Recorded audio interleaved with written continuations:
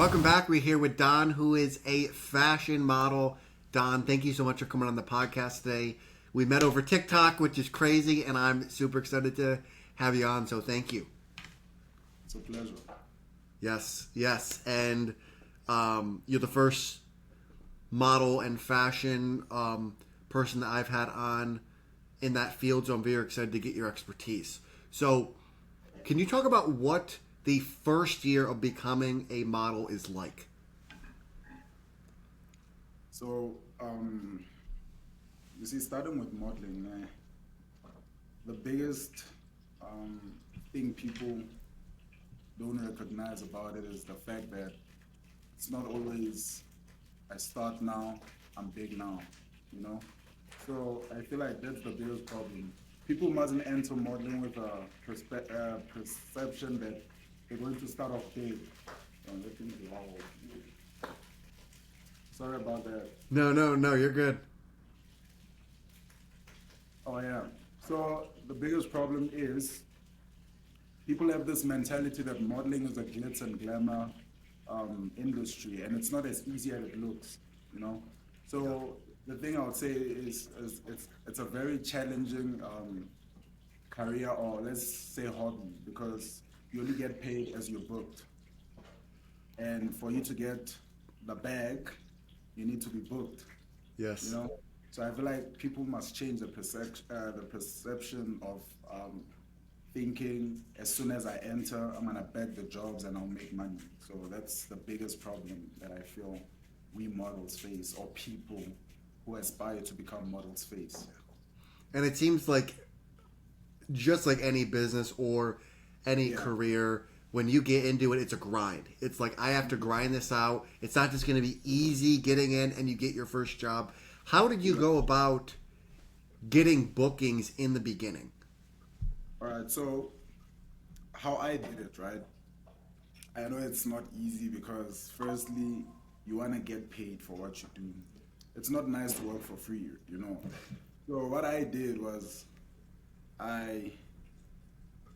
as soon as I started, I had to do test shoots with photographers, like high-end big photographers in Africa, like the biggest African photographers. So I did it. It wasn't nice shooting for free, but I did it to build my book.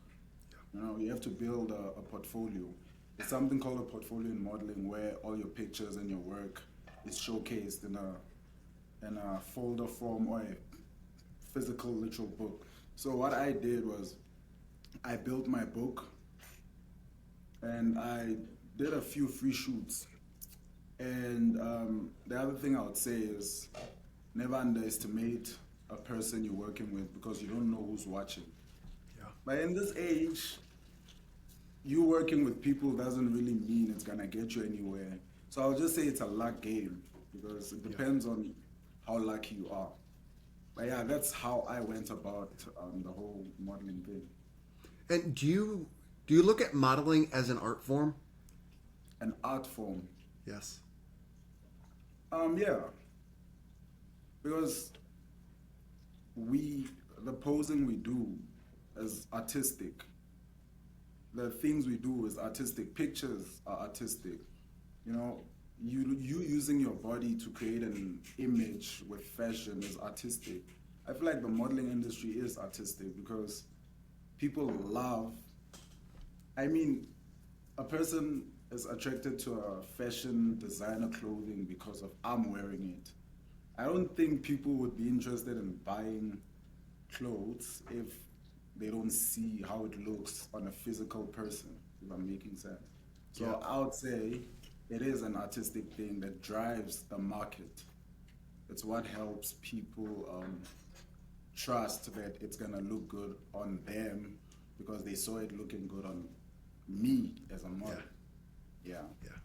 And you know, I think as you were modeling these pieces, and especially in the beginning, the fear of being watched and the fear of putting yourself out there is a big hurdle that most people, I feel like, have to get over when they're stepping into the modeling industry. Can you talk about how you kind of let go of that judgment and didn't let other people's opinions affect you? Oh, firstly, growing up with a skin condition like vitiligo, it was really tough because you get bullied, you get this, you get called names and stuff. So it took time for me to accept the fact that I'm going to have to showcase myself in a condition that people don't understand. Do you understand? But to me, I had to accept myself before I could show myself out there, especially in terms of video and pictures, stills. So what I did was I cut I cut out all the noise, all the noise. I didn't let anyone's I don't even know what word to use, but I didn't let people's thoughts or what people thought about me define myself. I just accepted myself, and as soon as I accepted myself, um, the spark happened, and people, my friends, my families, they motivated me into doing it. The more people tell you to do something, then you know it's a calling. So I did it because of people told me to. I never really wanted to model because I always felt ugly. I used to be scared of cameras. I used to be so afraid of cameras, but I'm here today. And with your skin condition of vitiligo, was there a lot of struggle that you had to face when you were in your youth? Yeah, as I said, bullying. Because you're in school, guys, they'll say things, horrible things to you to try and impress girls. It's a thing. It's a thing. So it did affect me because I've tried so much to change myself back to like bring my melanin back, my black skin, but it never worked. I mean, it's not that it's not reversible, but it's also a long process. So what I did was I did actually try and change myself. I won't even lie. I tried every doctor, everything, but it just never worked. Then the thing of me accepting myself came in place because I realized with the bullying, people stopped bullying me when I started laughing with them because they saw that these things we're saying don't hurt him. Yeah. I feel like it's a thing with bullies. When you accept yourself, then they don't find anything, they don't find enjoyment in making fun of you if you don't get hurt by what they say. So I feel like that's a way to combat bullying. Just let them have fun. Joke with them. Because if you don't entertain them, they don't find anything entertaining about you, then they'll just let you go. Yeah. And for those kids that might have vitiligo out there that are struggling, that might be getting bullied, that might want to even change themselves, what would your advice be to them?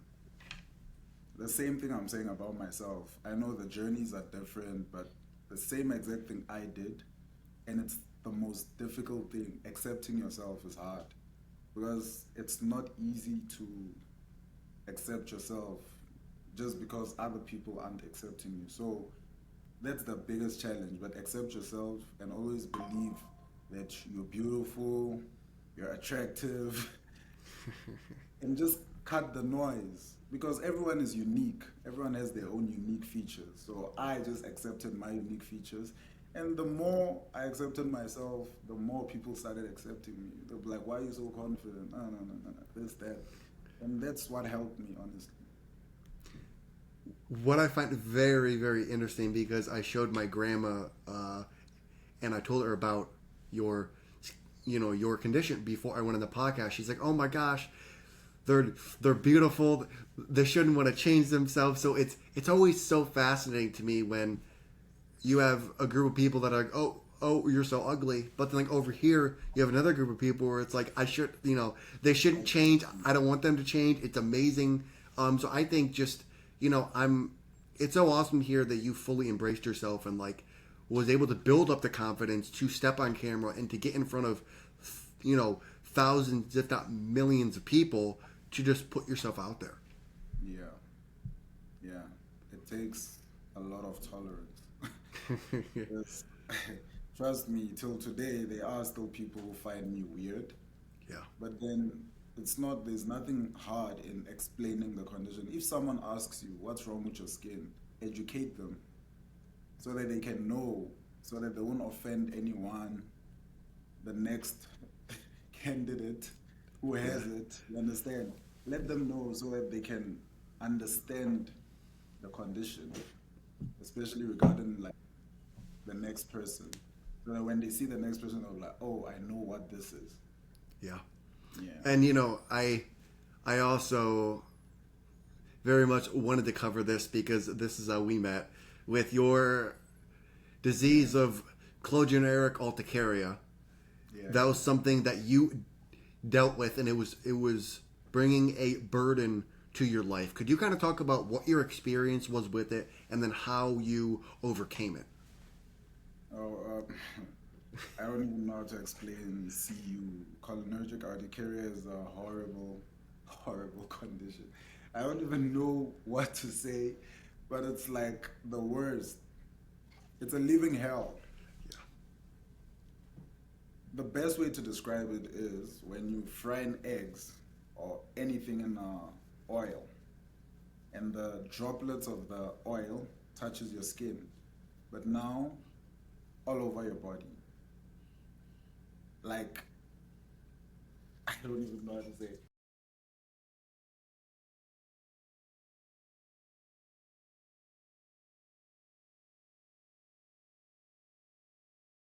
Instantly, it's happening repeatedly. It's just happening. That's how horrible it is. But I I did my research because firstly I tried your way. It did pause it, but it kept coming back. So there would be days where I'll do the fasting for autophagy, I'll do the diet change, I'll do everything. And then the times that it would pause and then it would just come back, it would pause, it would come back. I was like, nah, I'm just tired of this whole thing. And then it did affect my modeling because now most times we model, it's under certain temperatures and Yeah. whatnot. Now it's very hot in Africa. It's very, very hot. We get 40 degrees Celsius. I'm not sure how many Fahrenheit that is, but yeah, now imagine having to shoot with CU, cholinergic urticaria, in those extreme heats.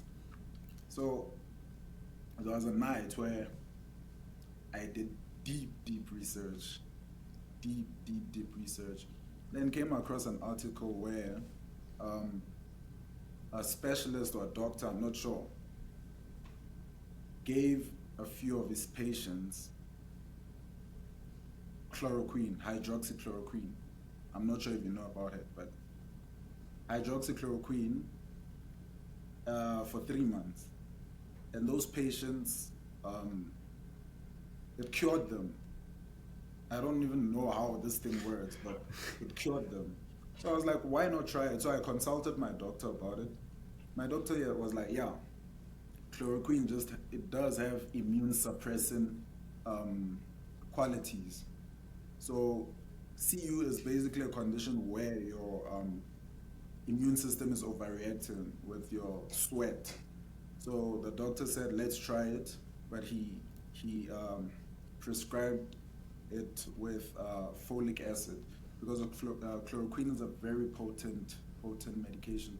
So I'll drink folic acid and chloroquine every day till today. I'm still taking it. I think this is my last month before we see if my condition is gone or not.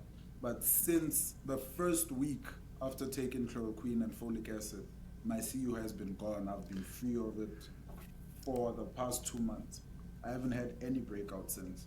So it's chloroquine is not an over-the-counter medication you can get because it's for malaria.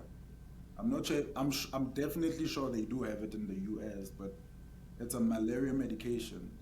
So it's a prescribed medication. So it's something you talk to your doctor about, hear what your doctor says, the advice is gonna give you, and then take it from there. But that's what worked for me. I'm not sure, people's bodies are different, and we don't know if what works for me will work for you. Yeah. But that's what works for me. Thank And you for I've sharing, your been experience. normal lately. I've been gymming, I've been eating everything. I'm just fine. Yeah. Yeah, and we shared that experience, and I think a lot of people, as you saw on TikTok, are struggling with this a lot, and a lot of them that have reached out to me, they're like, Easton, I finally found what I had. A lot of people didn't even realize what they had. All they knew is, I'm breaking out. I don't know how to fix it. What the hell do I do? So I appreciate you sharing your experience, because it most definitely will help someone, because there's a lot of people struggling with this and they need just some sort of release from the pain. Yeah, it's very painful. Yeah. And I have learned. one more question for you. Alright. If you could have dinner with two people, one person from the past and one person from the present, who would it be and why? Okay, so from the past, I would say my grandfather, because it was, according to my knowledge, my grandfather was a very wealthy man in the late 1980s, 1970s. So I would love to ask him how he did it during those times, and just get the knowledge he has. But apparently he passed on years ago. I was still like a year old, I think. But yeah, I would love to hear from him, because he was a great man in his days. Like most billionaires today know him. He was a very powerful man. And then in the present, you mean in the future? No, right now. Anyone that's alive right now. Damn. It's a tough one.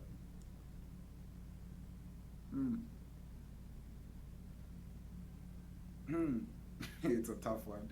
Does it have to be based on what I love doing? Whoever you want to sit down and have dinner with that's alive right now, in any country, any age, whoever it is. Let me say, let me put Ronaldo, the footballer. Okay. I would love to say Messi, but Messi can't speak English, so it would be very hard. Because I love them both, but I would say Ronaldo, just because of how motivated he is, how much impact he chases during his career. So I would say Ronaldo is a big motivation to many people, not just because of he's one of the greatest footballers, but just because of he has a very strong business mindset. Yeah. Ronaldo came from nothing to something, and he didn't let all the money he has make him forget that all this money can also end, making him invest in more businesses. So I would love to also ask him, one thing about me, I love to learn from people, So the reason I spoke about my grandfather is because he had money. And the reason I'm speaking about Ronaldo is because of he has money. And he plays a sport that I used to play as a kid, and I still love the sport till today. He made it in a sport that's very, very saturated, oversaturated, and difficult to break into. So I would say Ronaldo and Messi. I mean, Ronaldo and my grandfather. Yeah. I would love Messi, but I can't speak Spanish or Argentine. Yeah. But yeah, those are the people I would definitely love to meet. I love it. Well done. Those are the questions I have for you. How can people find you? And what is one thing you want to leave people with? Please repeat. What is one thing that you want to leave people with? And then how can people find you? Oh, people can find me on TikTok, Instagram. Yeah, those are the only two platforms I use. And in terms of, you can also find me on a billboard. I'm not Okay. sure. I'm not sure if you'll see me in the US or anything, Yeah, I'm on magazines, billboards, because I've worked with brands like Eucerin and whatnot. And then what can I leave people with? Yes. Uh, Damn. What can I leave people with? Oh, let me leave them with inspiration. I know I'm not like the biggest whatsoever, but all I know is that I inspired a few people today just by the words and the confidence I have. So I'm gonna leave them with inspiration and confidence so that they can remember that no matter how you look, you're beautiful and you're unique to. You might not be liked by someone, but you might also be liked by someone. It's a 50-50 thing, you know? So I'm living with them with confidence, and the other word I said, I even forgot what it is. Living them with. Beautiful, man. Well, Don, thank you so much for coming on the podcast and sharing your knowledge and your story. I appreciate it, man. Thank you. Nah, it's a pleasure. It's a pleasure. Easton.